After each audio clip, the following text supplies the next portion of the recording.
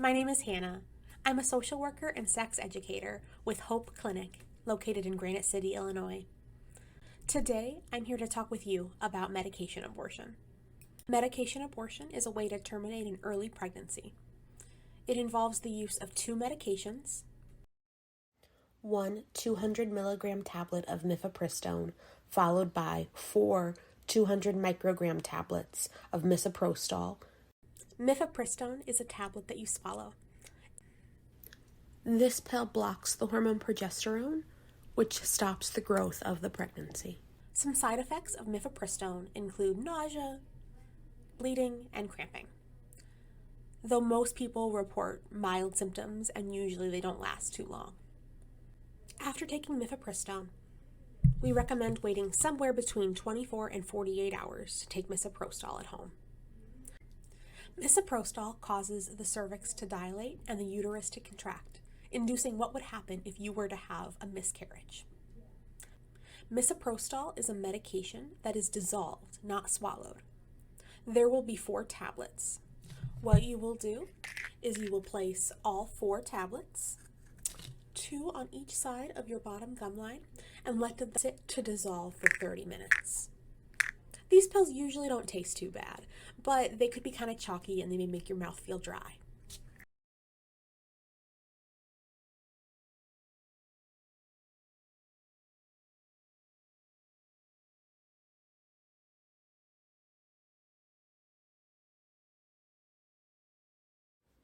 After dissolving these tablets for 30 minutes, swallow anything that is remaining. It is important not to eat or drink anything while these tablets are dissolving, but before and after is fine. An alternate way to take misoprostol is by placing all 4 tablets in the vagina. Once you've placed 4 tablets in the vagina, let them dissolve. Do not remove them. You may place these tablets immediately after taking mifepristone or anywhere between that time and 48 hours later. A variety of factors can dictate when misoprostol is taken. Your provider may have specific advice based off your situation. Side effects of misoprostol include bleeding, cramping, and feeling sick. Bleeding can vary. For some people, it's moderate, and for some people, it's heavy. Bleeding could also include clots. Small clots or large clots, even the size of a lemon, may occur. Cramping or pain is another side effect from medication abortion. This is a sign that your uterus is contracting and that your cervix is dilating. Discomfort varies from person to person. For some people, it's not so bad, and for some people, it is more intense. For most people, a medication abortion feels like a very intense period. You may experience a slight fever or chills, and some people will have nausea, vomiting, diarrhea, or just not quite feel their best. Research indicates that medication abortion can be effective beyond 10 weeks of pregnancy. For patients further in their pregnancy, we would recommend taking a second dose of misoprostol tablets. These tablets are taken in the exact same way as the original, they're just taken 4 hours later. Taking this additional dose may cause an increase in symptoms, but it is far less likely that you would have an incomplete or failed abortion. After you take misoprostol, it's important to rest. We'd advise that you stay home for about 24 hours, take it easy, stay hydrated. If you can, it's also a good idea to have a phone on you in case you need to get a hold of your healthcare provider. For more information on how to manage any discomfort you may experience, please see our instruction sheet. Hope Clinic provides a 24-hour emergency number if you have any problems, questions, or concerns. The following are reasons why we would want you to give us a call following a medication abortion. While heavy bleeding is normal, we would want to know if you began to soak 2 pads in 1 hour for more than 1 hour. If it happens once, that's okay.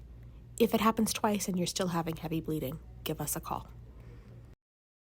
If you are experiencing such intense pain that any medication prescribed or prescription strength ibuprofen provides no relief for your cramps, and those cramps last beyond 24 hours after taking misoprostol.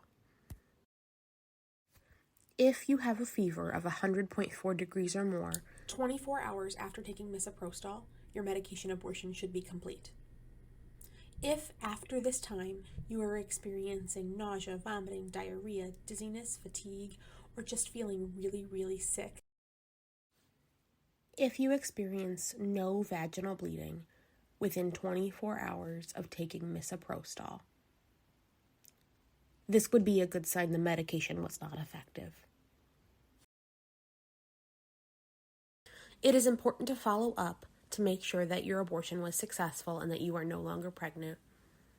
Follow-up methods may vary depending on your provider's preference, your length of pregnancy, your health history, and your access to healthcare providers. Follow-up methods could include having a blood draw on the day of your appointment, followed by a blood draw several days later to check your HCG levels to see if they're dropping. Follow-up could also include a transvaginal ultrasound with a healthcare provider 1 to 2 weeks after your medication abortion is complete. This follow-up could also include a remote follow-up, monitoring your symptoms closely and taking a urine pregnancy test 4 to 5 weeks after taking your medication abortion pills. Medication abortion is extremely safe and effective. The biggest risk with a medication abortion is it not working. We know that between 2 and 7% of people having a medication abortion, it could fail for. This risk increases with gestational age. So at 6 weeks, it's less likely to fail, and at 9 to 10 weeks, it's a little bit more likely to fail. Infection and too much bleeding are possible. These risks occur in less than 1%, or 1 out of every 100 people having a medication abortion. Complications of and treatment for complications for medication abortion are identical to that of a miscarriage. After a medication abortion, it's normal if you have bleeding anywhere from about 2 to about 6 weeks. This bleeding can start and stop. It's also normal to have cramping for roughly a week after a medication abortion. Most people will get their menstrual cycle back somewhere between about 6 and 8 weeks after having a medication abortion.